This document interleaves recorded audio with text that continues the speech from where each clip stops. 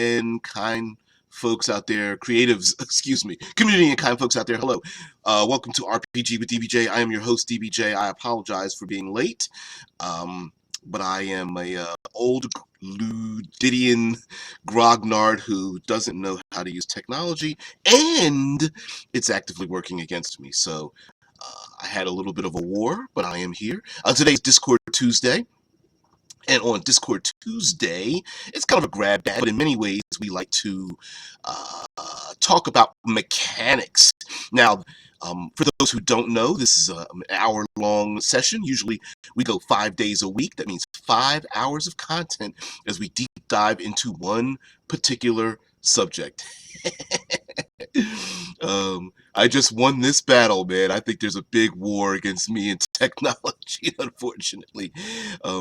I fought technology, and technology always wins.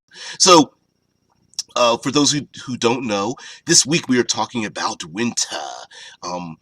Both the physical concept of the frozen wastelands and everything that has to deal with winter, both terrestrially and externally off-planet, as well as the more ephemeral portions of winter, stasis, the end of an era, hibernation, and moving into preparations for the coming spring, as it were.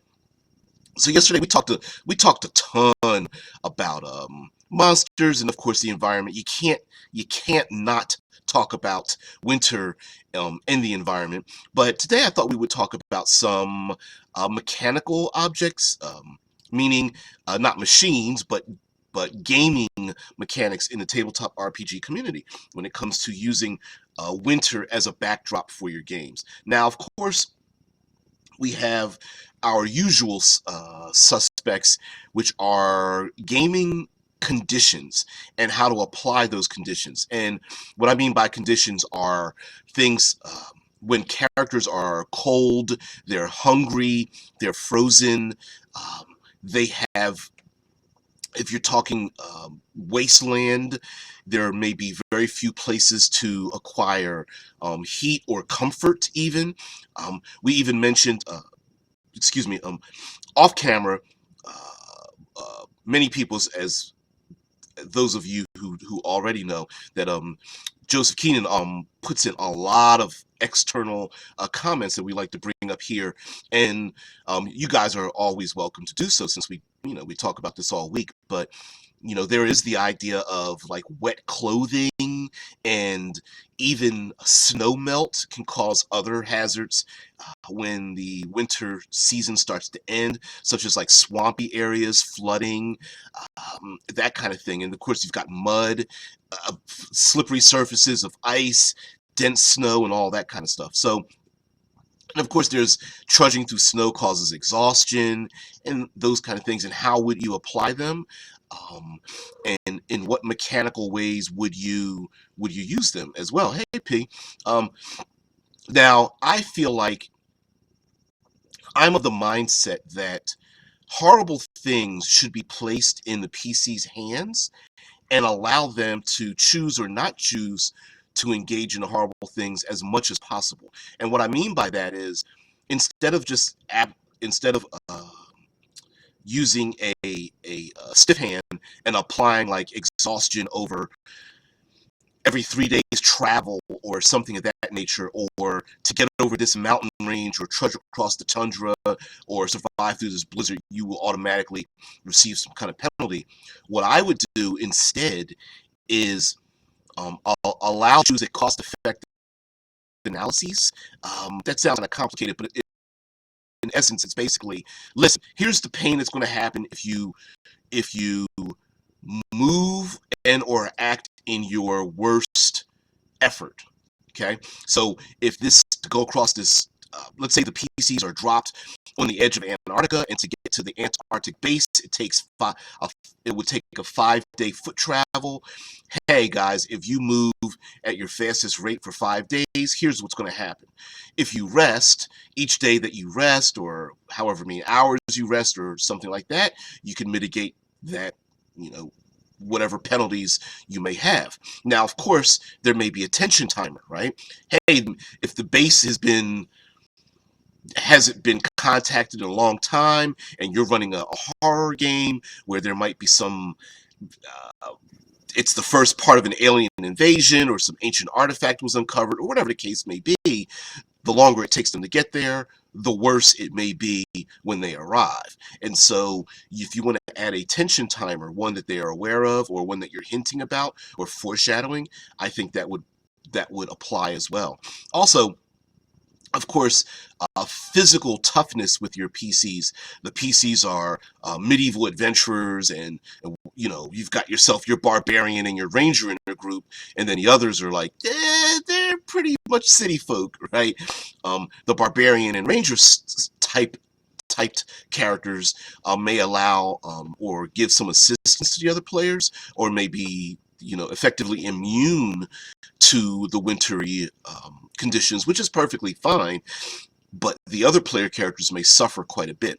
And having to pick and choose, sure, we could easily push through for 3 days, and the two characters, the barbarian and ranger, survive, and they're like, hey, I'm not worse for wear, but the other 3 party members may have already achieved, I don't know, 2 levels of exhaustion and numbness in the hands and feet, and be quite unusable in such a region. Now, we did talk about the other conditions we talked about were not conditions, but aspects were infravision. That's a throwback to older editions. I believe first and second edition had infravision, which is infravision, much like thermal vision, is much different in heat.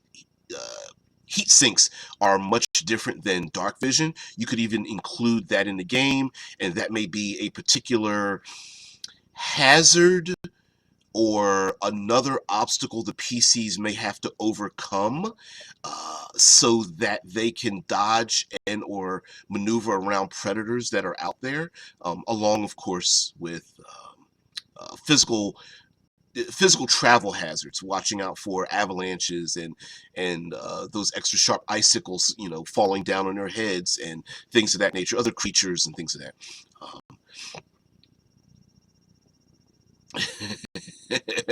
Zebron's like, I love that quote. He's like, at last, I shall be able to enact my revenge and take over the planet. Dear gods, why is it so cold?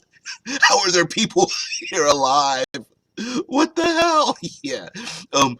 Hell, even what a good comment Joe Key even mentioned was like, hey, listen, even some of the best adapted equipment for cold regions isn't that good, I mean, ice road truckers, anyone?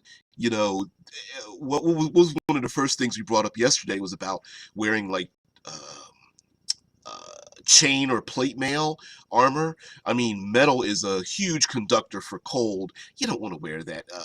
Hide and furs and things like that, something that can keep in your body heat, is probably far more applicable for the region, even though gaming statistics wise, that paladin might not want to take off their gleaming silver armor. You know what I mean? So there's also there may be other things that you might want to include as far as a condition, meaning that because of the harsh climate, if the PCs are unable to find suitable places to find shelter, maybe their recovery has been limited or extended. So for example, just using Dungeons and Dragons, of course, as a basis, maybe those short 1-hour rests become 2-hour rests, and those long 8-hour rests start increasing in time as well. Doubling those rest times might be a little bit harsh, but foreshadowing the idea that, hey, you know what, you're going to keep adding time to it. Or maybe the rest times don't increase, but what you're able to gain from those rests starts to decrease. Maybe you're adding in some kind of like disadvantage mechanic or reduction, or starting to have some of those abilities as well. Deadman brought up ultravision or ultraviolet light, like several species of birds and insects have. Yeah, that's right. It was infravision and ultravision. Ultravision was much like similar in aspect to what we consider dark vision to be today in 5th edition, but using there are probably a large number of creatures as well in the winter regions that have some type of dark vision or ultra vision to allow them to navigate. And then, hell, there's so many other things. I mean, there's snow blindness and heck, in the northern portions of the world, there's the aurora borealis, and there's so many things that can happen in a winter or um,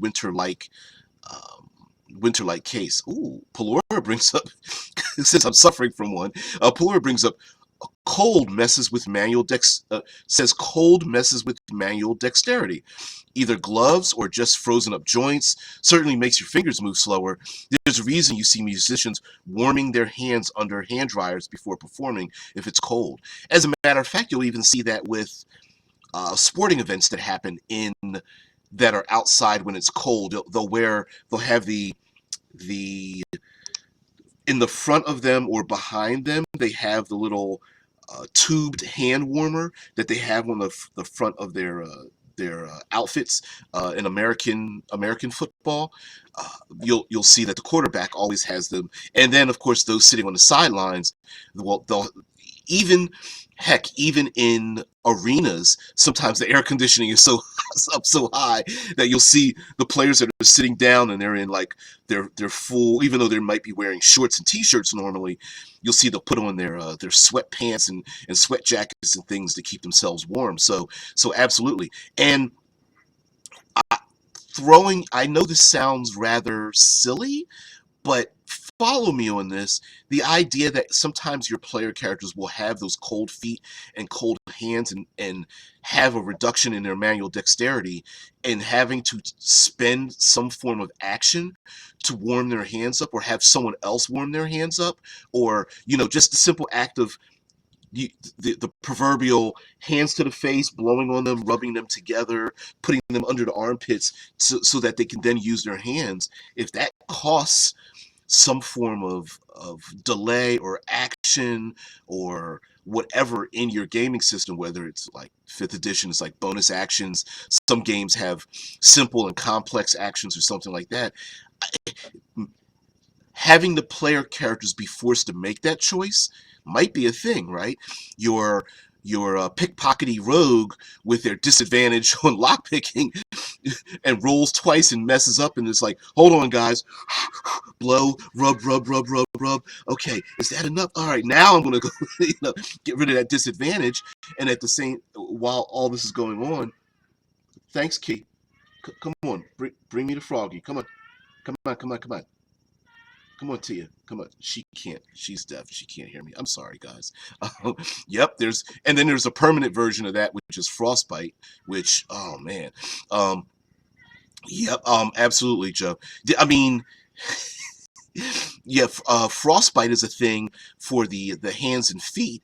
And what's the danger? The danger is not feeling, it's not the tingling in your fingers and toes, it's when the tingling goes away. The blood, as your body tries to save the rest of its system, it will draw blood away from those extremities to further keep your torso warm.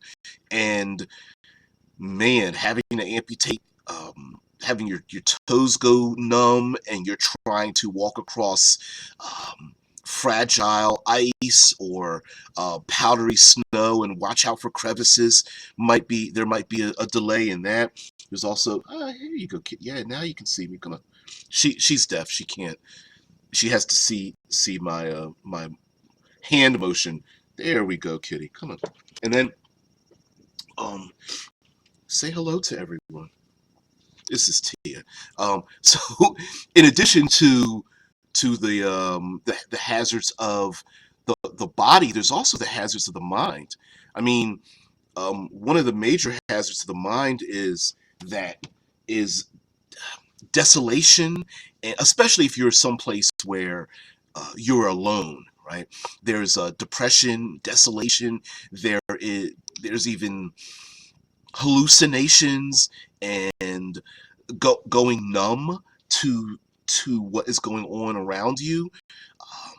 heck, even falling asleep for extended periods of time. So you intend to rest for 10 minutes and you find out that you've like been asleep for 3 hours. That kind of thing as well.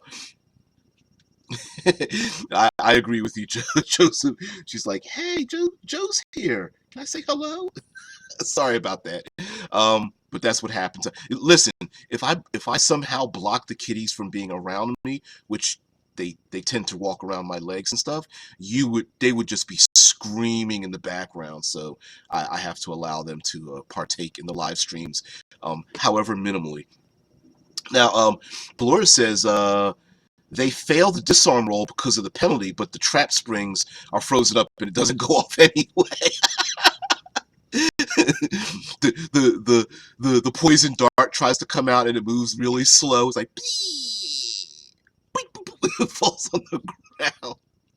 That would be hilarious. They're like, watch out, the trap is sprung. And then the steel spikes are like moving really slow, crunching through ice, like yeah, oh, man. Oh, thanks, Joe. Now, some of the oh, I like that. Like Tesla says, the acid poison freezes. That's that's actually really cool too, man. Because could you imagine like the PCs are like, oh, it's just a frozen lake, and they're like going about their adventuring, and then one of the players is like, I'm going to use my fireball, and melts the ice, and you're like, wait, hey, GM, you said the ice is green? Yeah, yeah, the lake is green. It's like so you're saying that wasn't algae? No, no, it's not an algae. It's actually like frozen ooze or something. And guess what? You just melted an opening for it. Oh man. Um. Uh. Yeah. Joe says it takes a poop ton of calories to melt snow into water in your mouth, so you lose more heat and get hungry faster. I heard something that athletes will do that they'd rather have ice because the ice will cause them to burn calories while also getting the liquid benefit of drinking water. Something about drinking like cold water helps you burn calories as your body has to uh, expend heat energy to warm it up so that you can use it. Something like that. Yep. Also goes on to say one of the expeditions to the Antarctic, the journals talked about all the food freezing. You needed to thaw them in your armpit, shoes, or other ways. Yeah. As a matter of fact, if I'm not mistaken, I believe in the Antarctic they need refrigerators to make sure their food is warm enough to eat. So the refrigerator isn't there to keep the food cold. It's actually there to keep it from over freezing, if I'm not mistaken. Which is a which is a weird concept in and of itself, but that's actually cool. Also, talking and kind of mixing this with Tesla talking about acids and poisons freezing. If you wanted to add an extra layer of detail or narrative to your world, maybe players that are adapted to the wintry areas, like a druid or a ranger or something, maybe their abilities come out cold. So what I mean is a cleric of the north, a druid of the north, a ranger of the north creates food and water. Maybe all their created food and water is already frozen, like because that's the region they came from. You know, maybe the abilities that they have are reskinned to be cold, just as like a desert druid or a desert a desert ranger. Maybe they're a bit. Yep, I brought up the frozen potions.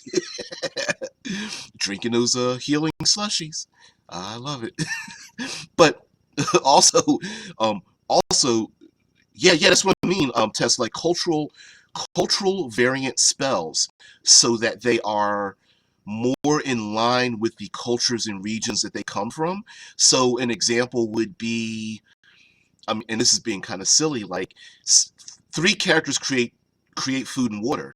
Well, if you're from Japan, India, or I don't know, El Salvador, your created food and water might be completely different based on the region and culture you come from. So maybe your created food and water is is coastal because you come from a coastal or oceanic region, so it's all fish and kelp and kale and things like that, whereas maybe someone else comes from a region where it's all beef and hearty vegetables or something. Maybe it's more spicy foods versus other things, or maybe it's all soups or whatever. I mean, it mind you, none of that has to be game mechanically effective, but I could see that. I could absolutely see someone creating food and water, and then another player character is like, I'm not eating that.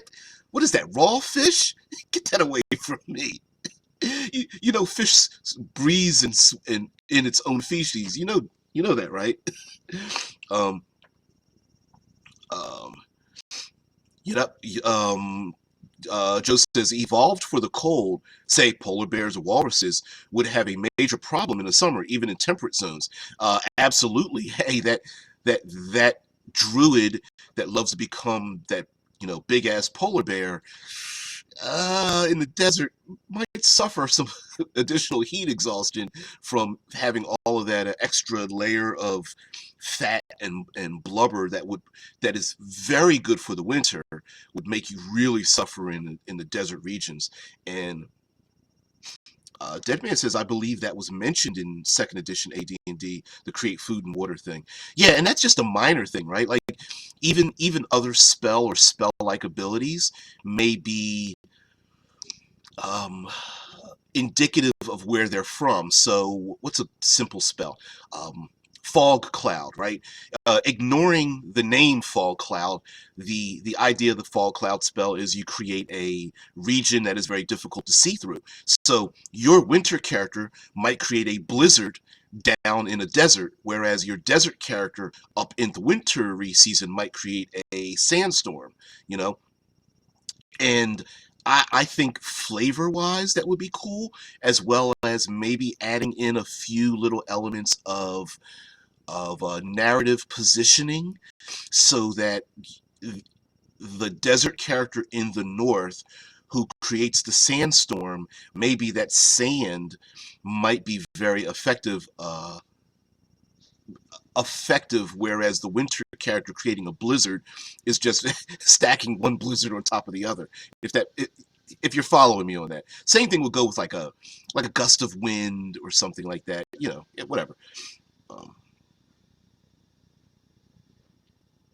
um, yeah, Rickard says, I will add that insulation is great from warm weather as well, so they're not all screwed. That's true, because you there is something to be said about why people in desert regions wear what they wear, so that there's airflow and things like that. But um,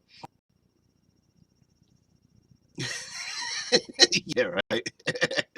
Pillar-ist like, I heard you like blizzards, so I put a blizzard in your blizzard so you can freeze while you freeze.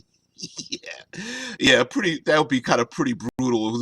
The player character's like, I'm going to summon up a gust of wind, and everyone's screaming like, no, please don't do that. Why not? Because it's already freezing. Yeah. Oh man, it's.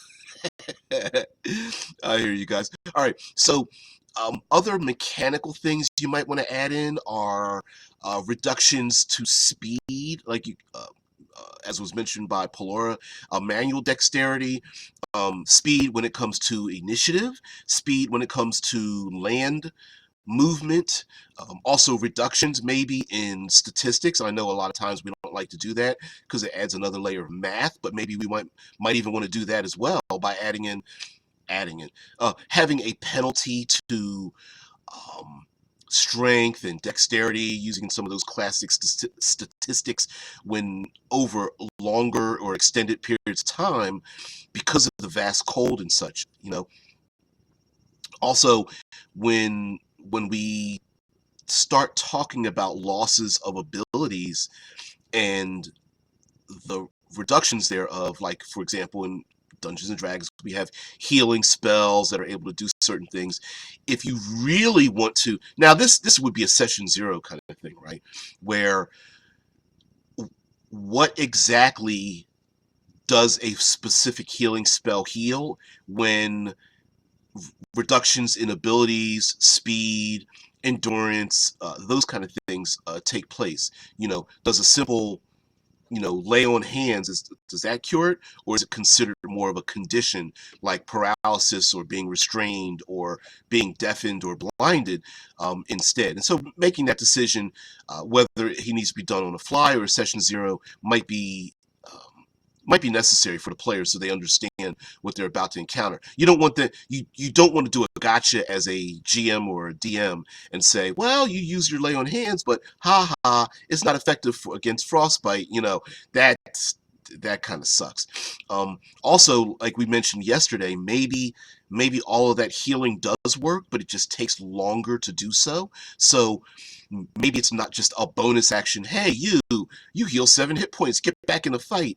Whereas healing Frostbite might take 10 minutes, an hour, a few hours as your healing works to reknit the flesh back and get the nerve endings back and the blood flow back. So that was a Freudian slip. So that may be a detail that you might want to include in there, that yes, your healing works, but in these cold regions, and you've gotten so far north, yeah, you're going to have to like really take a lot more time to get the full benefit of your abilities or something.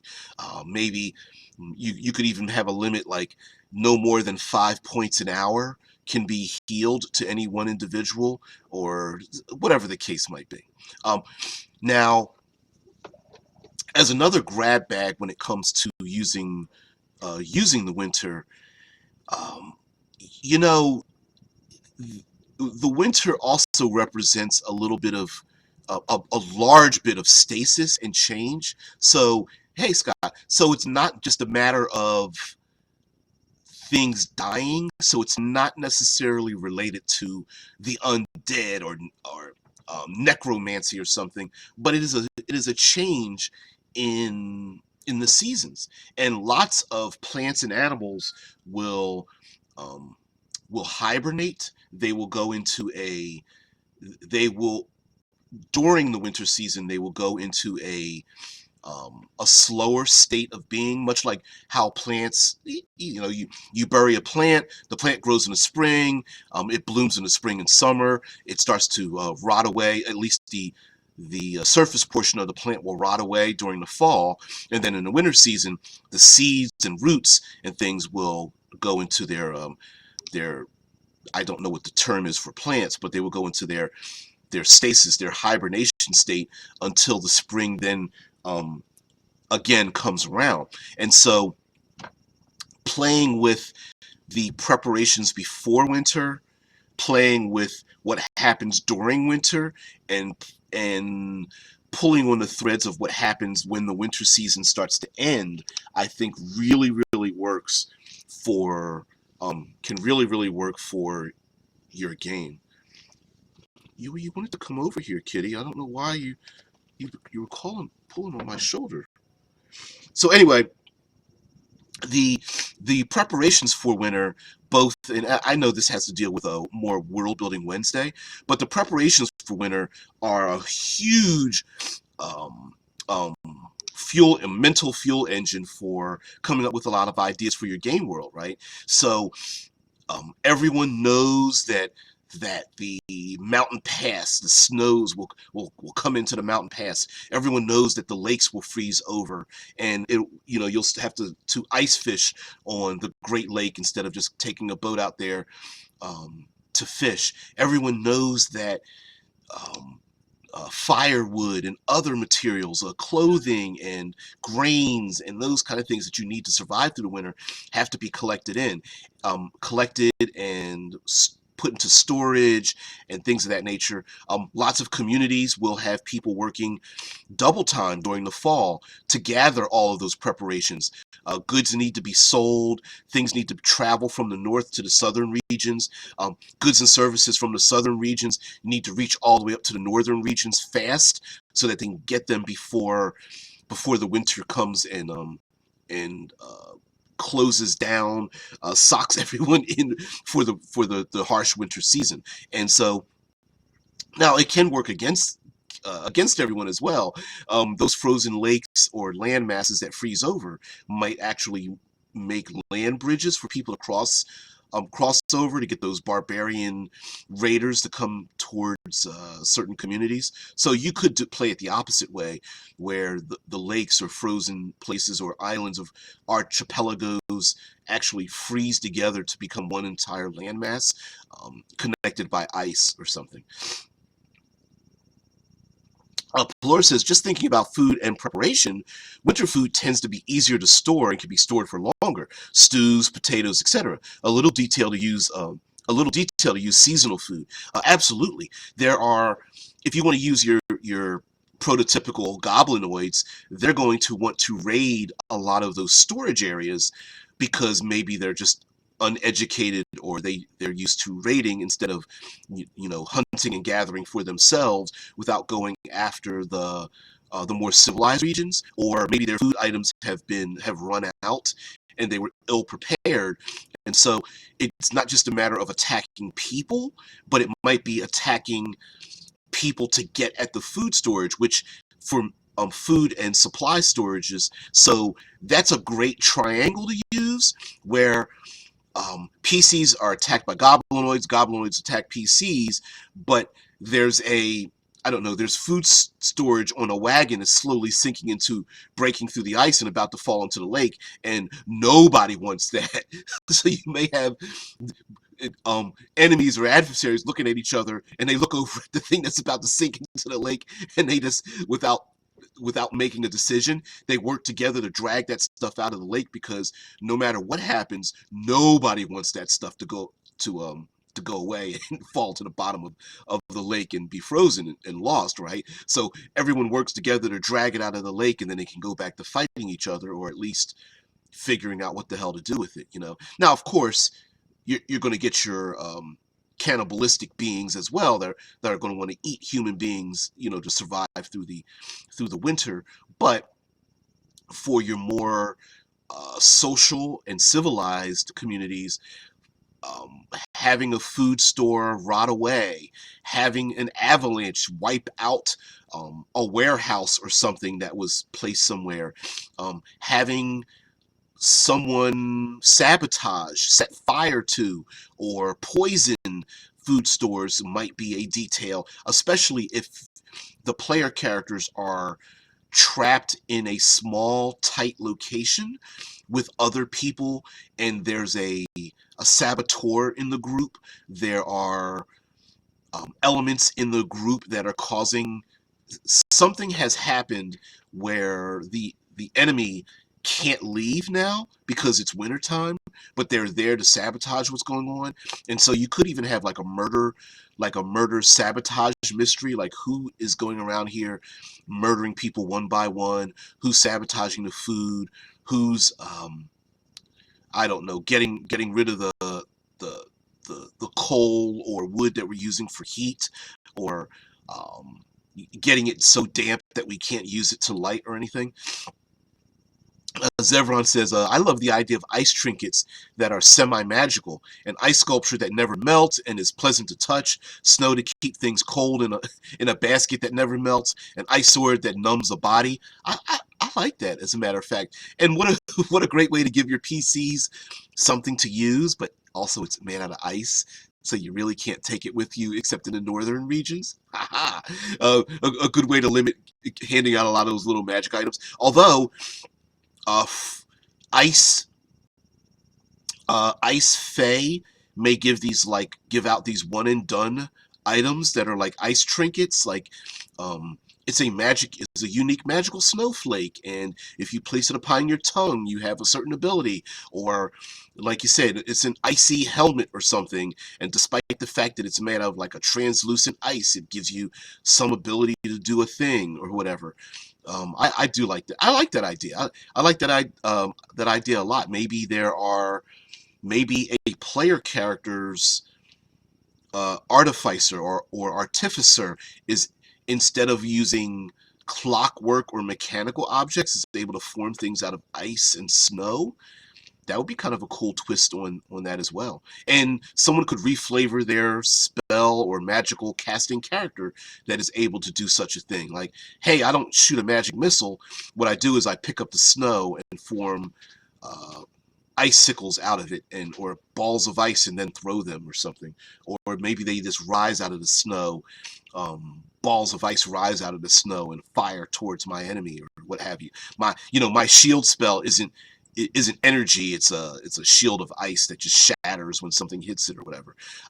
Zevron says also causing the target's initiative order to lower upon a hit, with talking about the ice sword that numbs the body. I like that. I like that idea of having, instead of just doing straight hit point damage, which I think is it's a limited and rather boring metric to show loss, but reducing someone's initiative in their order, reducing their movement, reducing their dexterity, I think is pretty nice.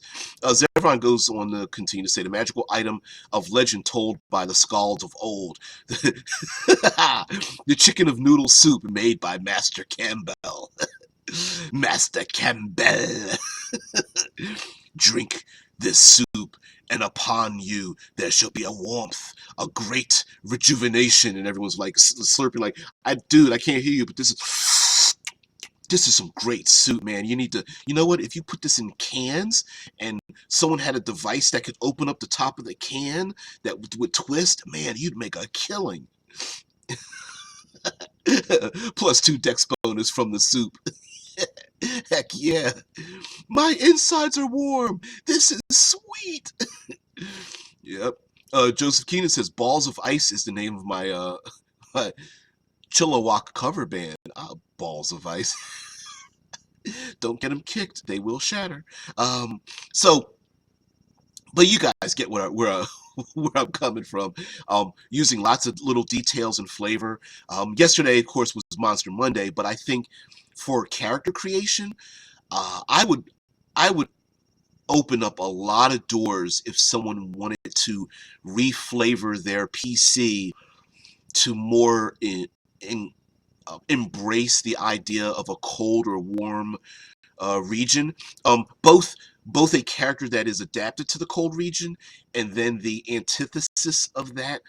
The druid that's from the swamp is a character, maybe when they change into the like a reptilian, like a crocodile or something, maybe they, because they're the druid that's cold-blooded or becomes a cold-blooded creature, starts to slow down. And I would, if a player character were to do that, I would absolutely hand out the inspiration, or mitigate the effects through something else, or just narratively, instead of having a gaming effect, the player character's like, no, guys, can I still stay here? I just want to go to sleep again. And they're like, hey, dragon-born lizard person or something, you gotta wake up. And he's like, no, I just want to sleep. It feels so good. because they're cold-blooded or whatever. Now, also, with that limitation, maybe they get a benefit from being in the cold because they are a cold-blooded or cold-blooded related natured individual. Maybe they don't give off heat. They're not a heat sink, whereas that infravision thermal creatures that are snaking around in the snow might be able to spot most, but not the entire party, because the dragonborn, that's the green dragonborn or whatever from the swamp or what have you, is doesn't show up in very brightly in thermal light. You know what I mean? I cast fireball as a soup can. Maybe you might want to hold back on the fireball. I think maybe a burning hands, or what's the other cantrip? There's a fiery cantrip. I think the fireball might melt the can and the soup inside of it. Oh man. Campbell's cylindrical culination warms and fortifies the frozen hero. As everyone says, the druid of the mountain, the typical animal companion of this druid, is a dire Arctic fox or saber-toothed cat. Ooh, see, I love that. I mean, you could change up a bird. So if a PC has a flying familiar, maybe that's an Arctic owl, or what's another flying Arctic thing? that I can't think of anything except an Arctic owl. But I do like a dire Arctic fox, instead of a tropical orange striped tiger, they are a Nordic, northern black and white striped tiger instead. Yeah, Zev says to act as a guide, they hop across the snow unrestricted as the players trudge 2 feet of snow while shaping into a lynx. Yeah, I mean, absolutely. Maybe they're even able to gain some benefit from camouflage. The druid forms into their white striped tiger form, and then they get a little bit of a camouflage from it. Deadman says an Arctic bat or snow tiger. Are there Arctic bats? In our world, probably, but I don't care. I do that. Yeah, penguin familiar. Why not penguin, or what's the other one? A puffin. So instead of flying, they swim. They fly through the water through swimming. I love when penguins, that the underwater acrobatics that penguins are able to do in the water is amazing. Could you imagine everyone's making fun of the PC that's like changes into the penguin, and they're like hobbling back and forth on the land, like, dude, why you change into that? And he jumps in the water, and they're like, holy shit, dude, you're like blazing through the water. Like, yeah, I told you. Comes jumping out of the water 5 feet in the air, spins, does a flip, turns into the human form, and lands in like the one knee form. It's like, yeah, that's what it takes to be a penguin, mofos. Yeah, penguins are almost fish. Yep, absolutely. Oh man, Canadian goose. It has intimidated a +5 attack. Hey, what the hell? Zevron says there are Arctic bats, not many. Oh well, then that means a PC can get one. I never considered an Arctic bat, but why the hell not? Zevron says the penguin familiar performs the help action by tap dancing. The old happy feet. Yep. Hell, listen. If it's that cold and I get to curl myself up under what is it? The penguin can lift an egg up off the cold ground, and they keep it warm by huddling their skin around it. If there was a 15-foot penguin and I needed to get warm, I'd curl up under their feet. Hell yes. I'm not too proud. Thank you, Dead Man. Puts in the Wikipedia link to that in the Discord. Yeah, penguin helps the party slide. Yeah, get on your stomach. Everyone's like, why? Just do it. Slide. Yeah, goose is poisoned poop littering. Oh, you guys are so bad. Tesla puts in a little information here. Areas of true cold can appear when the temperature dips, freezing light, fire, ice, even things like sound, thoughts, and abstract concepts like nearness or sadness. These things regularly become part of the plane itself, though explorers have been known to search for specific thoughts or concepts amongst the glaciers. Even non-specific concepts can find a market amongst the wealthy and flashy, and after being frozen, these frozen things act much like any other liquid, giving rise to items like vaporized prayers and liquid courage. From DungeonsandDragons.fandom.com, Plane of Ice. Ooh, damn! I did not know that. I love that idea because winter and ice is like a stasis. It makes sense that thoughts and dreams and memories become they slow to the point where they become frozen or even left behind by other explorers, maybe even the adventuring party themselves. Now, on a positive note, it might take a pilgrimage to go into a severely Arctic region to leave behind, say, guilt or a traumatic experience to leave behind, whereas on the negative side, the player characters may leave behind specific kinds of secrets or details about their life or their experiences that an enemy may be able to get to if they're able to just find the one frozen item that is out in the wilderness and frozen tundra, and maybe like a snowflake, no two snowflakes are alike. Maybe they are extremely fragile things frozen in ice, and the closer the plane of ice is to the material plane, the more the winter winds blow, and those winter winds of snow that the PCs are walking across, each and every snowflake in and of itself is a thought or a desire or maybe even a secret to magic, and being able to find it and take it with you and keep it frozen, maybe to take it down into the southern regions in and of itself might be a thing. I like that. And what a cool way for a player character to maybe learn magic, but it's automatically flavored from the Arctic region. So a player character learns a new spell. I learn, what is that, a fireball spell? And, you know, as the game master, you're like, well, it's not a fireball spell, it's actually an ice ball spell. And it's literally a completely separate spell from fireball, but when you go up there, you learn it or find it or whatever, acquire it, and now you have a new spell called ice ball.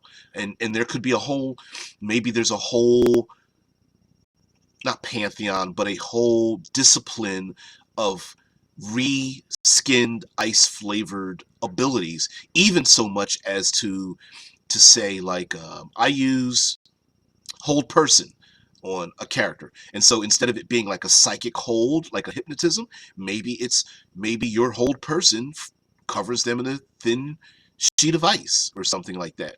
And when you come down from the Arctic regions and you use those spell-like abilities, everyone knows where you were. Oh, snow leopards. Oh, yes. Snow leopards and lynxes are cool things. Cryomancy. I love that. Yeah, make you. I mean, that would be awesome as a choice for a player character. Like, oh, can I become a cryomancer? And you're like, yes, you can. Oh, hell yeah. The opposite of a pyromancer. Heck yeah. Maybe there are dwarves that are able to forge things not in a forge of fire, but a forge of ice. An ice forge that is so brutal that just being near it, it can like deaden your flesh or something like that, you know. Zevron says, you laugh, but imagine a legion of 9-foot dire penguins sliding down a mountain, bearing their beaks at the party, hungering for blood.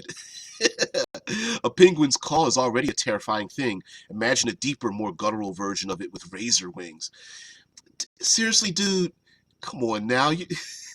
Now, I'm not saying that it's not original. I'm saying, like, I like them being cute. I don't know. I want them to be lawful good. I want to hug them.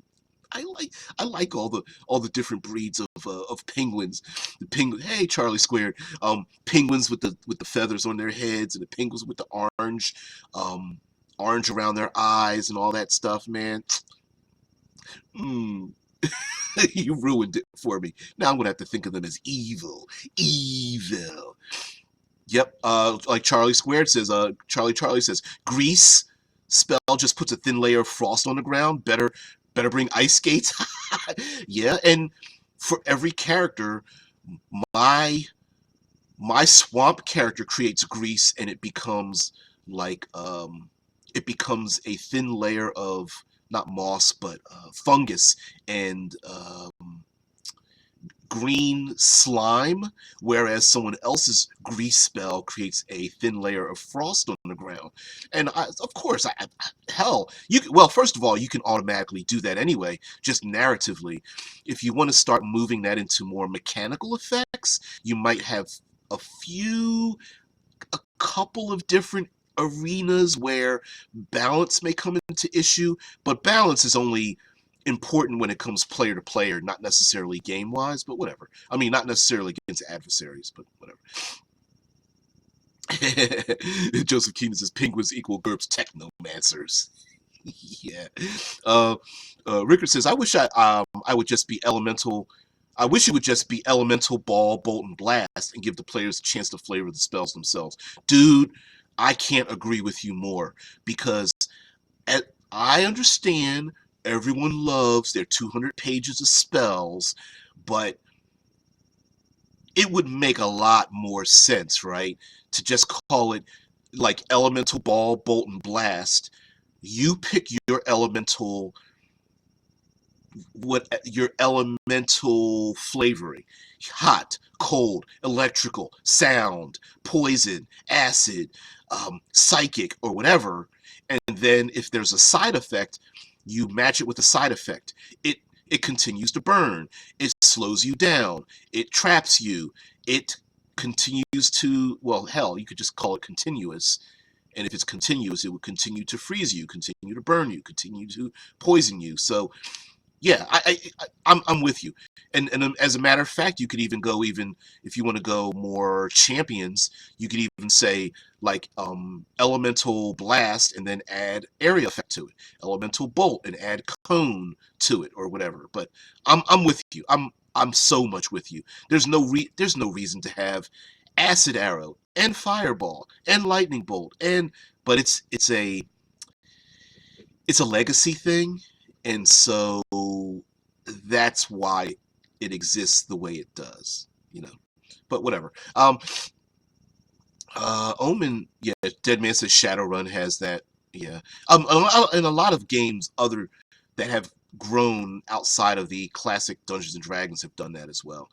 As a matter of fact, there's a lot of OSR games where people have written and rewritten the rules, and they've done that. You know, hey, you have a blast spell. Decide what it does, what damage potential it does, and you're done. You know, Dead Man's Penguin Calls. Yeah, which a character that changes into a penguin might be able to call to the other paired penguin themselves to find them in the miles and miles, almost like a beacon to call out to the other penguin. Deadman says third edition D&D was on the verge of doing the elemental versions of the spells. Yeah. Omen says, I remember playing a game of Ironclaw where we got stuck on an Arctic island. My character, being a cobra alchemist, got frozen solid after he fell into a frozen lake. Also, there are snow leopards and lynxes are available as PC races. What is it? The tabaxi is the feline race. I could imagine reflavoring the feline race for each region. Tigers in jungles, snow leopards in the northern reaches, and having some form of narrative element in terms of that. You know, if you're a northern potentialed individual, hell, I would reskin a tabaxi and just make it maybe you're a polar bear and just reskin it that way. You know, hold on, I've got a sniffle, so sorry. Yeah, I got a cold. Yes, I do. Yep, Zevron says magic missile just becomes a series of ice shards. I agree with you on that. It says penguins are lawful neutral. They follow the rules of nature, and nature dictates it's eat or be eaten. And y'all are looking mighty tasty. Yeah. Oh yeah. Tesla's like, yep, the armed penguins keeping us out of Antarctica. Oh, you guys are so bad. Zevron's like acid ball, poison ball, frost ball, lightning ball, psychic ball.